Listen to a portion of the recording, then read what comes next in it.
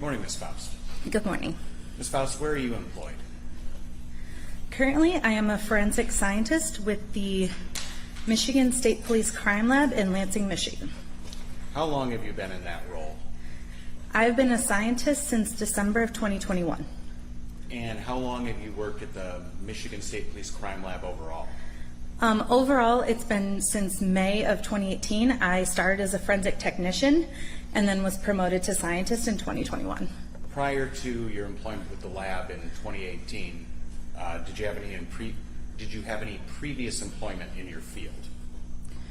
It was related. I worked for the DEQ in the water lab, so it was a laboratory, but it wasn't a forensics lab. Okay. Ms. Faust, is the Michigan State Police Crime Laboratory an accredited lab? Yes, we are. What does an accredited lab mean? So having an accreditation means that an outside agency comes in and they basically do different audits and they make sure that we are following our policies and procedures like we say we are, and that they meet the standards of the scientific community. And who performs the lab's accreditation? So we are accredited by an association called ANAB. What does that stand for? So the A is actually another acronym, that's ANSI, National Accreditation Board, and ANSI is the American National Standards Institute. And were you so employed on April 22nd of 2024?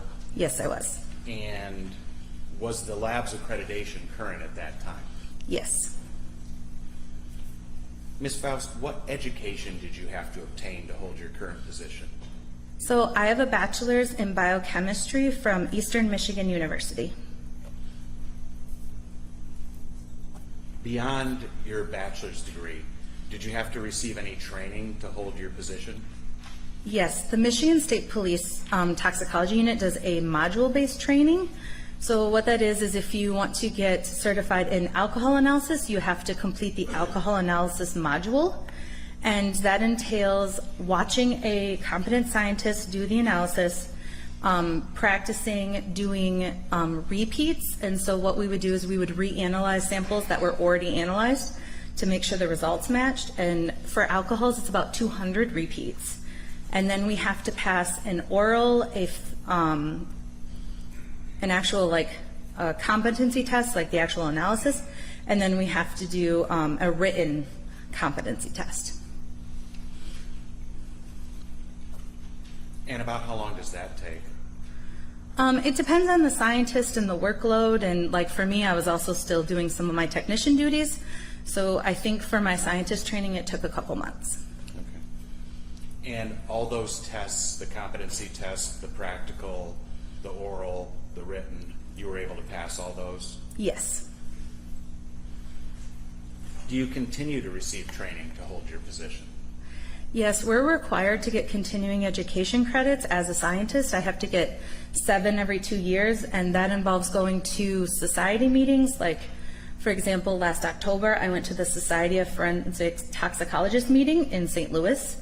So that's a week-long conference where I went to different lectures and saw different research in the field. So we're required to do that. We're required to read articles. We also have to attend the Borkenstein class for both alcohol and drugs. And how often do you have to attend that class? It's required only once, but we are encouraged, if we are interested in going again to get a refresher, the state will allow us to do that. Have you attended that at least once? Yes, I've attended both the alcohol and the drug workshop once. Other than what you already mentioned about your training to become a forensic toxicologist, do you receive any specialized training to analyze for the presence of alcohol in blood? Yes, as I said, there's an alcohol module for testing samples, and I completed that. And could you is that the training you already described? Yes, it is.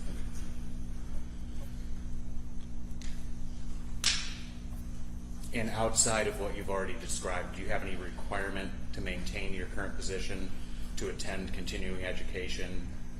Yes, as I said, we're required to do the continuing education, but we are also required to do proficiency tests every year. And what that is that is an outside agency will send us a sample of blood with a known alcohol, but we don't know what the result is. And so we test it, report it to the outside agency, and then they let us know if we are correct with our results. And that's once a year you have to do that? It's once a year we have to do some form of proficiency test because like I'm certified in multiple analyses, so I don't have to do every analysis every year. It's every 5 years for every analysis I'm competent in. Since you brought it up, what analysis are you competent in? So I am competent in alcohol analysis, THC, our low dose or LC drugs of abuse panel, and our gabapentin panel, and our preliminary drug screen. Okay. Prior to the date in question here, had you ever tested a blood sample for alcohol? Yes. About how many times prior to April 22nd, 2024? I stopped counting after about 12,000. Have you ever testified before, Ms. Faust? Yes, I have. Have you ever been qualified as an expert in forensic toxicology in the state of Michigan? Yes, I have. How many times, if you know? I've been qualified as an expert 22 times. Okay. Is that all the times you've testified? No, I've testified a total of 38 times in court.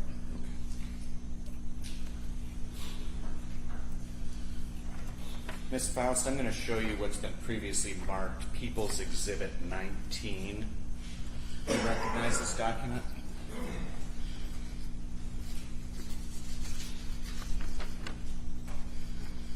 Yes, this is my curriculum vitae or CV.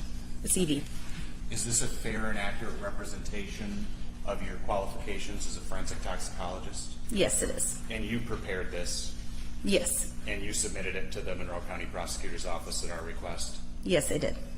Judge, move to admit Ms. Faust's CV as People's 19. No, Judge. Plaintiff's 19 is admitted. People's 19, I'm sorry. Judge, at this time, I move to qualify Ms. Faust as an expert in forensic toxicology. Mr. Wells, I'm sorry, Judge. My he moved for the admission of her as an expert in forensic. Yes. All right. Court determines that this witness is, in fact, an expert in forensic toxicology. Thank you, Judge. Ms. Faust, turning your attention to April 22nd, 2024. Did you receive a blood specimen that brought you here to testify in this case? Yes, I did. Do you know how that specimen was delivered? Specifically to me, it was hand delivered by a forensic technician, Kathy Hutner. Is that typical of a blood specimen to be delivered to you by a technician?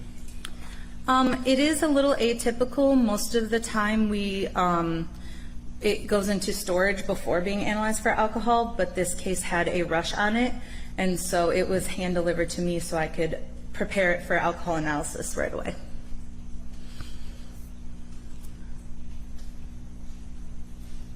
And what was the nature of the specimen you received in this case? Can you clarify? What physically did you get? Yes. So I received 2 gray top tubes with about approximately 9 milliliters of blood in each. Okay. Were those tubes labeled? Yes, they were. And do you recall what name was on the labels? Yes, it was a Marshella Chidester.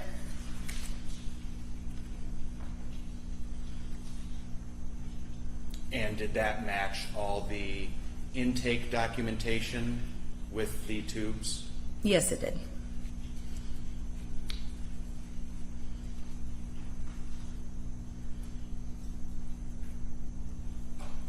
So after you received the sample from the technician, you ascertained that it was properly labeled and documented? Yes, as part of our alcohol analysis, we will check all the evidence in a case that we receive against with the information in our system. That way we make sure it's accurate and we're testing the correct samples. Once you did all that, what did you do in this case? So in this case, after the tube check, I prepared the sample for alcohol analysis. And so to prepare a sample for analysis for alcohol, we take a small bit of blood out of the tube, about 50 microliters. We then mix it with an internal standard. We do this 2 separate times. So I will take 2 bits of blood out of the tube and put it into 2 separate vials. Those are then run on 2 different instruments. So we actually analyze all the blood samples 2 different times.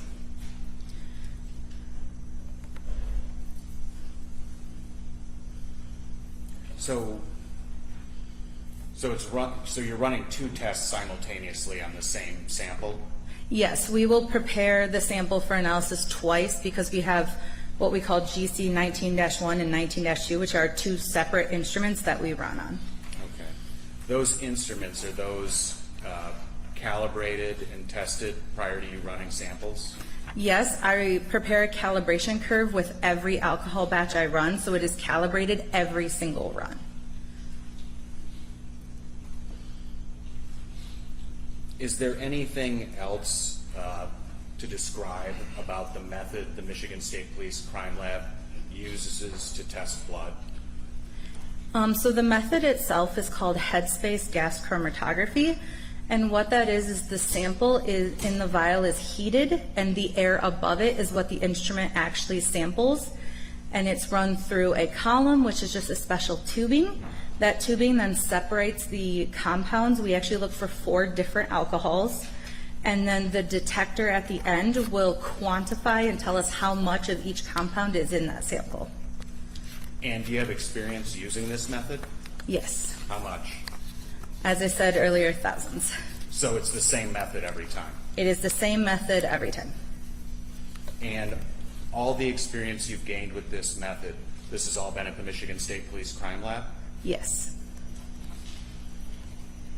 Does the lab have protocols in place for this method?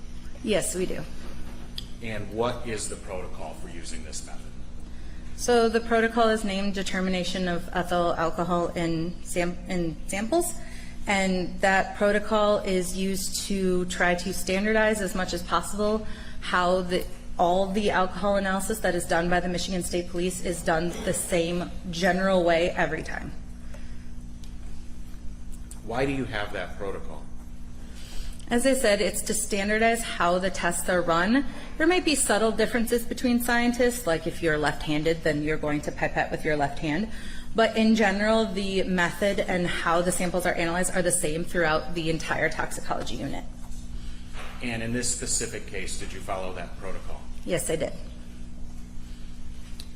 As best you can in layman's terms, can you describe further the method and modality you use to analyze the blood? So as I said earlier, it's headspace gas chromatography. So the vial is heated, the air above it is sampled. Our instruments actually have 2 separate columns, and so this is done in each instrument twice, and that gives us 2 results per instrument. So we do get a total of 4 results. We analyze for not only ethanol, we also include acetone, isopropanol, and I am blanking on the last one. Another type of alcohol? Methanol. That's what it Methanol. is. And you performed that analysis on the sample in this case? Yes, I did. Do you know when you performed it?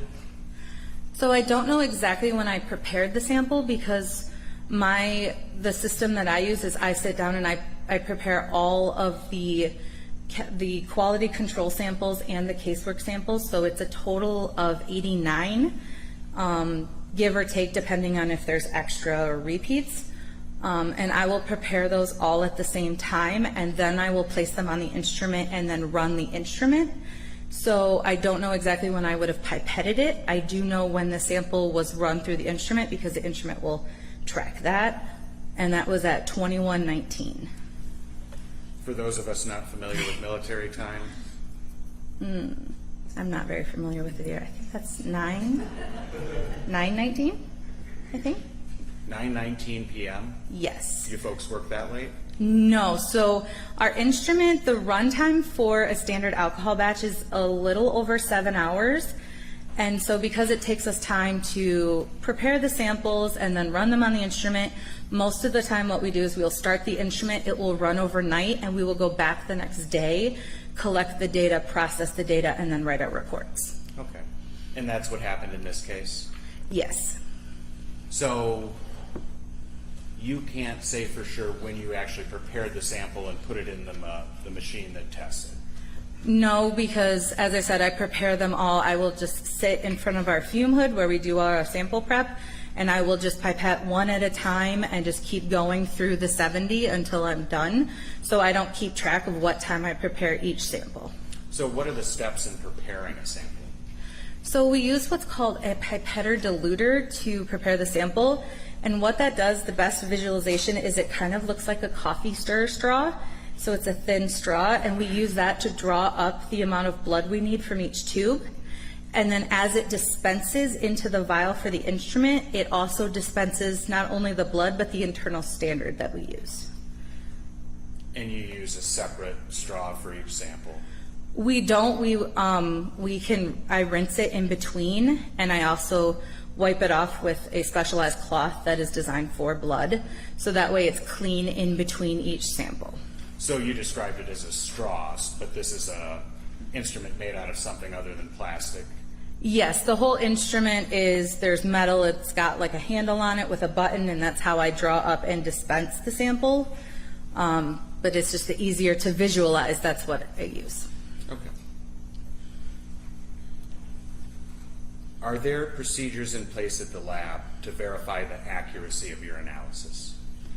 Yes, we have a lot of quality control. One thing is the calibration curve, like I spoke of earlier, and that is we pipette a known amount of alcohol in different vials that we analyze, and that kind of tells the instrument, okay, a 0.10 alcohol looks like this. And so that's how we calibrate the instrument. We also run known control samples, and what those are known values that we intersperse in between casework to make sure that, okay, if this is supposed to be a 0.3 alcohol, that it comes out to a 0.3. And so that makes sure the instrument is continuing to work throughout the entire run. We also have, as I mentioned, the internal standard. So that is a kind of alcohol that typically is not found in a human body. And we monitor the amount of that throughout the entire run to make sure there is a proper amount and that it doesn't stray with, it doesn't get out of range, because that shows that there was an issue with that sample. And we also have peer reviews. So a supervisor will review my control pack, so make sure that everything is in range. And then even the data for individual cases is reviewed by other scientists before the report is released. All of those quality controls that you just stated, were those all done in this case before you issued a report? Yes. These methods that you've been talking about, are these all accepted by the scientific community at large? Yes, they are. And if they weren't, you probably wouldn't have a lab accreditation, right? It would be difficult, yes. Were you able to obtain a result for the blood alcohol concentration from the sample obtained from the defendant in this case? Yes, I was. Did you prepare a report regarding that result? Yes, I did. If I could just show you this document, Ms. Faust, just take a look at it to see if you recognize it. This has been pre-marked People's 20. Do you recognize that document? Yes, so this is the report I prepared for the alcohol analysis of TX 24-5842.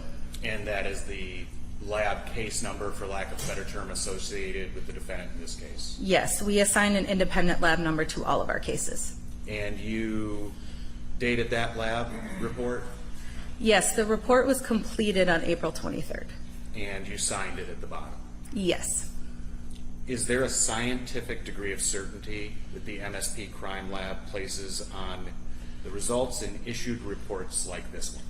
Yes, we have a measurement of uncertainty that we include with all of our alcohol results. And does this report meet that degree of scientific certainty? Yes, it does. People move to admit People's 20. And just take a look at what 20 is going to be up like in the science. Sure.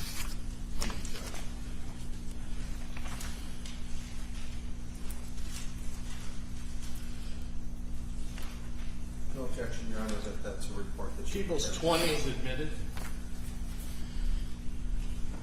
And Ms. Faust, I'll hand that back to you. If you could just read into the record the results of that report that you obtained from doing a blood alcohol concentration analysis on the defendant's blood. So my result was 0.180 grams of alcohol per 100 milliliters of blood. So what folks would commonly refer to as a 0.18. Yes, Do you know what the legal limit for alcohol is in the state of Michigan when operating a motor vehicle? 0.08. Thank you, Ms. Faust.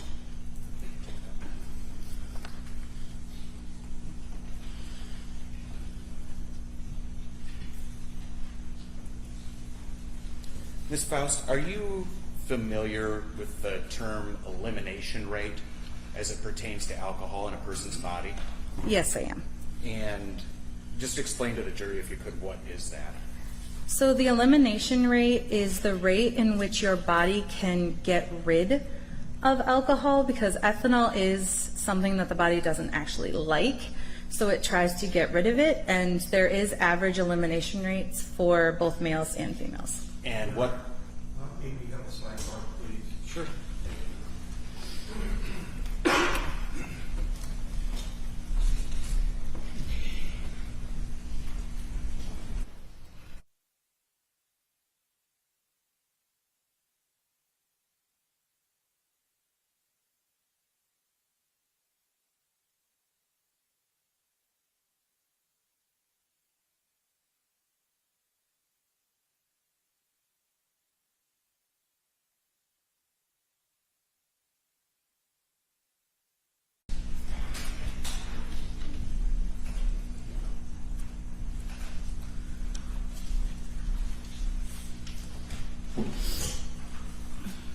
so did you conclude your answer that what elimination rate is in the body?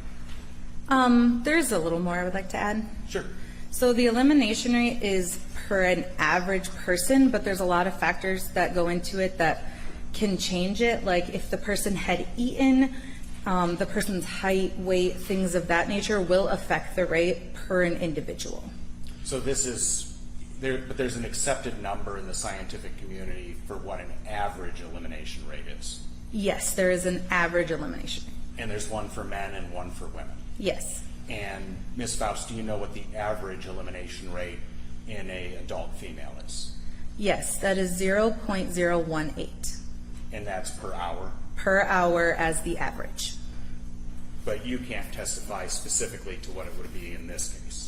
I cannot testify to an individual's elimination rate, especially because it could change depending on the day. All right, no further questions for this witness, Judge. Cross.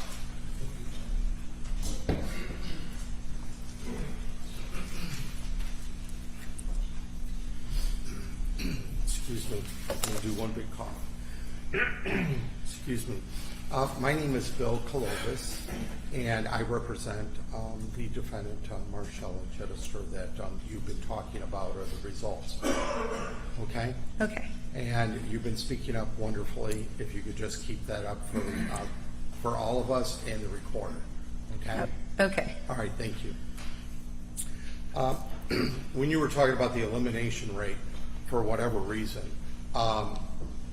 it's based upon, and I think you went through this, somebody's height, weight, did they eat, what did they eat, how long ago did they eat, and things like that, correct?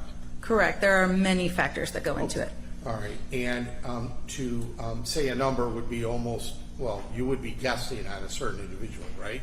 Unless you took that all into consideration and figured out the best you could. As I stated, it's just an average that for an adult female. So it's just an average of many people over many studies. It could be somebody, weighing 200 pounds, somebody weighing 90 pounds, and they're just taking an average, correct? Correct. Okay. Somebody that ate, somebody didn't eat, taking an average, right? Correct. Okay, thank you.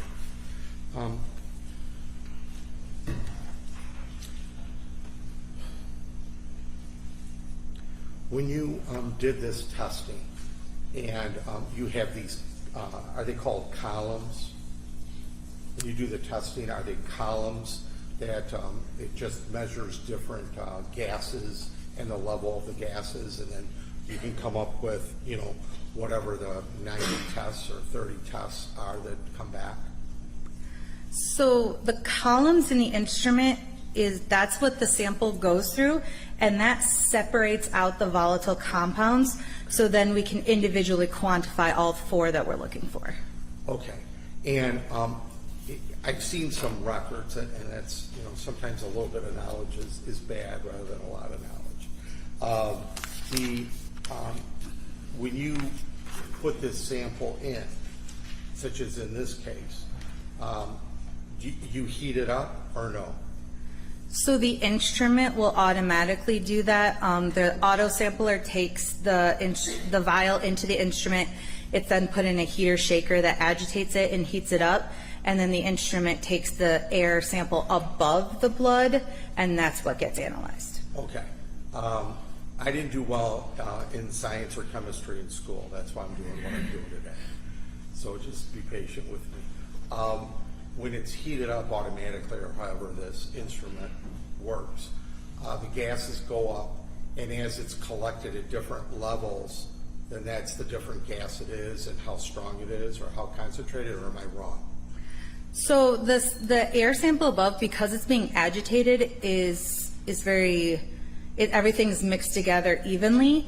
It's when it goes through the column that because all these compounds weigh different things, and they have a different likeness for that special tubing I was talking about, and so they tend to go through the detector at different times. And so we know that ethanol comes out at this time and methanol comes out at this time. And so we measure what the detector picks up.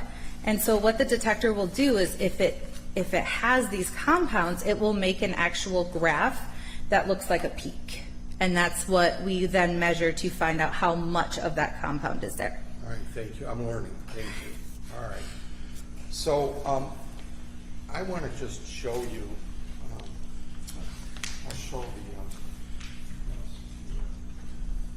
quiet for a moment.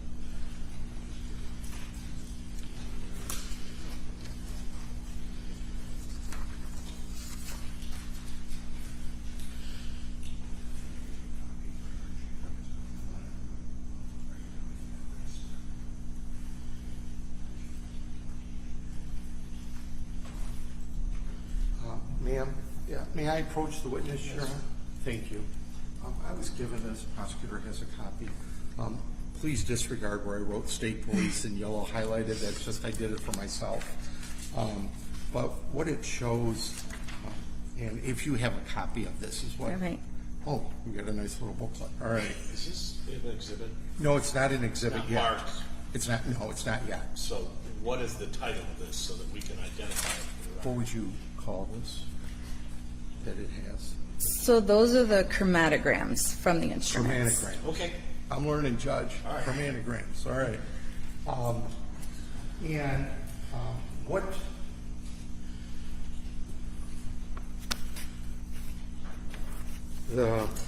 Could you go to that section of your file, Just the chromatograms, please? yes.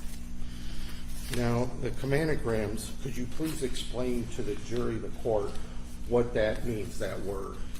So the chromatogram is just a fancy word for the picture of the peaks that the instrument has found. So you can actually see the physical peak where the compounds are. So when you say piece, that piece goes into a graph automatically?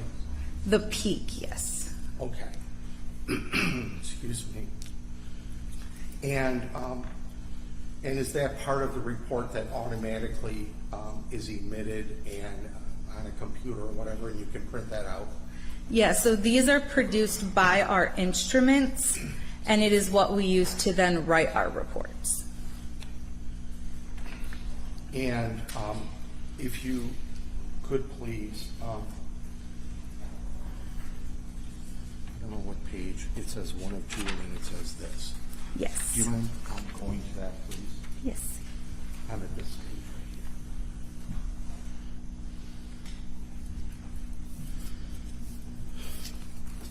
Now, these are the compounds that are emitted in the columns. Is that correct? So these are the readings from the detector after the column has separated the sample into its different compounds. So the column gets heated automatically, and when it's heated, compounds come up, and then they get emitted, and then they're put eventually into a graph. Am I correct? Yeah, so the graph is just a picture representation of what the detector picked up after the column has separated the sample into its different components. And that's automatically done, correct? Yes, that is done by the instrument and the processing software that we use. And through the software and the instrument, these graphs are determined, correct? Yes, they are produced by the instrument. We do process the data and make sure that everything worked correctly and that the processing method did what it was supposed to do.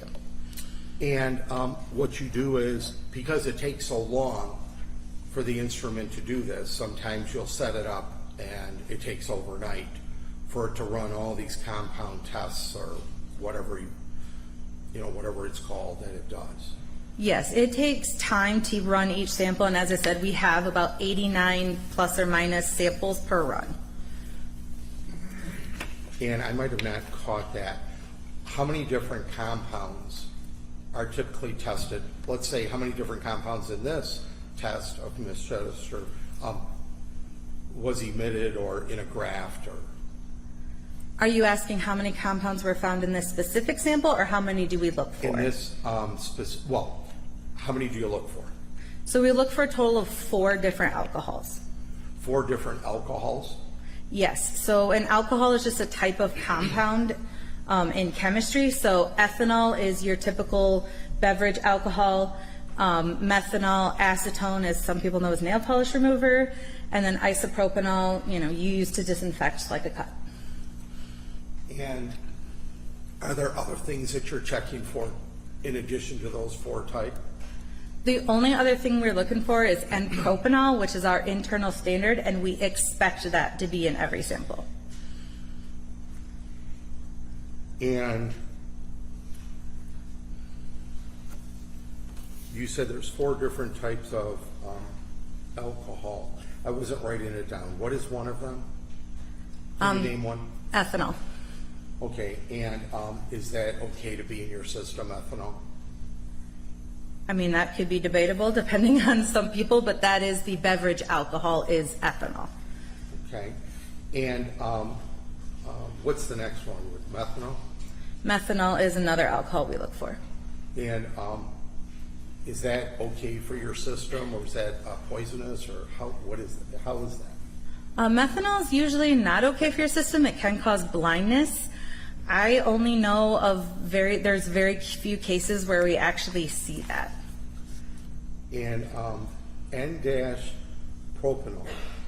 That is the internal standard that should never be ingested by a person, and it I think maybe 2 cases I know of since I've been there that we've actually found it. So that is the internal standard we use to check to make sure the instrument is running correctly. Marlene, you're going to have to help me out. Isopropanol. So isopropanol, you can buy it in the drugstore. It's used as a disinfectant. And acetone? Yes, acetone is a nail polish remover, or sometimes you may find in a diabetic, especially if they're having issues. So that is why we look for that one. And is it just, is acetone, I'm just trying to understand a little bit more. Is that good to be in your system, acetone? I don't believe it's ideal. I don't think it's necessarily poisonous at low or trace levels, but it's not ideal. Can it have effects depending on the amount of duration and exposure? I would imagine so, yes. Is it sometimes concentrated amount used as a solvent, Yes. used in industries as a Yes. solvent?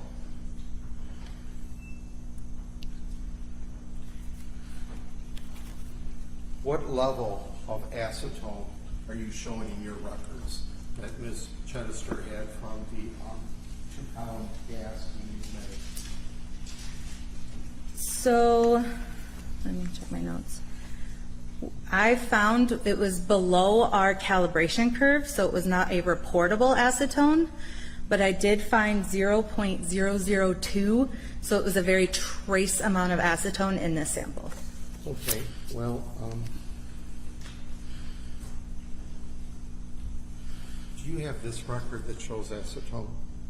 Yes, I do. So that is a picture of the acetone peak blown up, so you can see details of the peak more, but the measurement is on page 1, and that's where it shows that it is a very small amount. What number is down below when the peak started? So those numbers are actually time. Okay, and then the number up on top of the peak. That is the exact retention time, so the time that the detector knows that that is acetone because it came out at that specific time. And that confirms that it's acetone, right? Yes. And acetone can, it can develop how with blood? What would cause acetone to start going up in someone's system? So as I said, sometimes we'll find it in diabetics. Sometimes some people will actually have ingested it. I know of one case that was an unfortunate attempted suicide where we found acetone at higher levels. But I said this level is way below our reportable levels, so it's very trace. But it is reported on this sheet at least, right? It's showing. It's listed on there because the detector found some, but it's not on the report because it was not reportable. Now, acetone, if blood is fermented, is acetone developed? Do you agree? I don't know of fermentation causing acetone. Have you ever studied that area? I have not. You would have nothing to disagree if an expert or somebody came in and said that acetone will cause as a result of fermentation of the blood. I know fermentation can cause ethanol. I don't know of fermentation causing acetone. But you've never studied that area, correct? Not of fermentation causing acetone, but I have studied fermentation causing ethanol. But in effect, you have no comment with regard to it causing a higher, is that correct? You didn't study it? Acetone specifically, I'm no. sorry, acetone. You didn't study it, you said, correct? No. Okay, so you really can't make a statement one way or another. You're being honest about it, correct? Correct.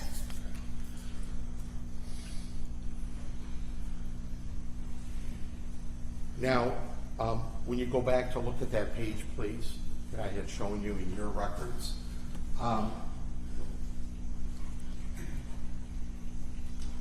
it's pretty high up there, don't you agree? And I'm looking at this page, the acetone. Does it look pretty high up there? So it appears high up because that peak is being zoomed in on, so that way we can properly make sure that it is integrated correctly and that, so those peaks themselves are blown up, but if you look at the big peak on the big picture on page 1, you will see that it's actually a very small peak, even spike, to where you can barely see it compared to the other peaks in the sample. And then when I look at methanol, which is next to it, there's nothing in there, right? It's not dark. Correct. Okay. And then if I look at this go ahead. Isopropanol. Thank you. You can tell that's how much I deal with that. That's good. You're not showing anything there. No dark peak at all, right? Correct. But acetone, you're showing it's there. I mean, you may be, stating, well, it wasn't a lot or whatever, but you're showing it's there, correct? Well, it's actually only there 3 of the 4 results as well, but in that it looks, because these are blown up peaks that were Understand. integrated in the I sample. got it down. But you're showing it's there, correct? Correct. Okay. And it's showing, you said 3 out of 4, 3 out of the 4 results, yes. and that's a majority, right? Yes, but as I said, it's trace. And having concentrated amounts in your system, you can die from it, correct? Yes. Because it can be concentrated amounts in industrial solvent, correct? Yes, but it would have to be a lot higher than these values. I understand. And then you said that, what about this nail polish remover, rubbing alcohol? Not you said, I'm going to ask you. Acetone is found in nail polish remover. Would you agree with that? Yes. Would you agree that it's found in rubbing alcohol? No, that is isopropanol mostly. You're sure that it's not acetone? I'm pretty sure because acetone would be very painful if put on a cut. So I do not believe it's included in the store. It says like 98% isopropanol. And I don't have any other questions. Thank you. Redirect. Oh, you know what? One real quick question, and I apologize to the court. Your testing is only as good as the subject matter that's delivered to you, correct? Correct. Okay, thank you. Now I don't have any other questions. Redirect. Well, I'll start where he finished. Was there anything about this sample when you first got it that appeared abnormal? No, it did not. Okay. It appeared as every other sample you've tested? Yes. So, just to clarify, these tests on these blood samples, they're run 4 times. So they're run 2 separate columns and 2 separate instruments, so we end up with 4 results. Okay. The 4 results in this case, were they congruent? Were they similar? Yes, part of our quality control is that all 4 results have to meet within a certain percentage of the average, otherwise the sample is repeated. Okay. And so they were within that certain percentage in this case and it didn't have to be repeated? Yes. Mr. Clovis spent a lot of time on acetone.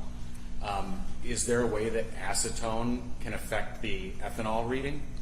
No, because our instruments are very specific with the alcohols, and so the column's job is to separate those compounds out so that the ethanol reading is ethanol, the acetone reading is acetone.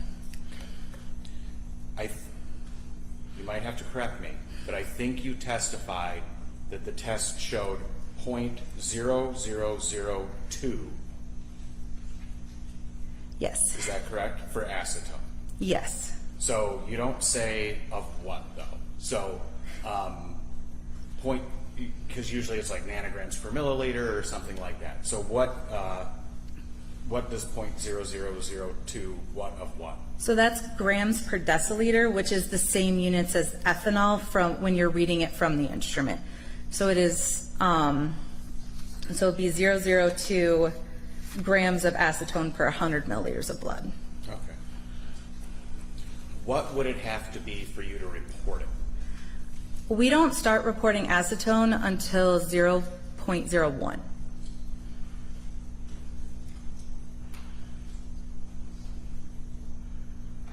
I can't do the math on how many times that would have to go up then. No further questions, Ms. Faust. Thank you. Recross. Thank you, Judge. Now, you said you don't start reporting it until 0.01. Is that correct? Correct. And that's what you follow, what you do in your lab is 0.01, that's what you follow, right? That is where our calibration curve starts. So anything below that, we cannot guarantee the accuracy of the number because we don't look that low. All right, and then if blood is not preserved properly and it ferments, does that cause an accurate or not an accurate test result for you when you're testing? Outside the scope. It is outside the scope of redirect. Thank you, Your Honor. I have nothing. All right. May this witness be excused. Not from the people. We'd like her to remain as a potential rebuttal expert. Okay. All right. You're done for now, but you're not off the hook. Okay.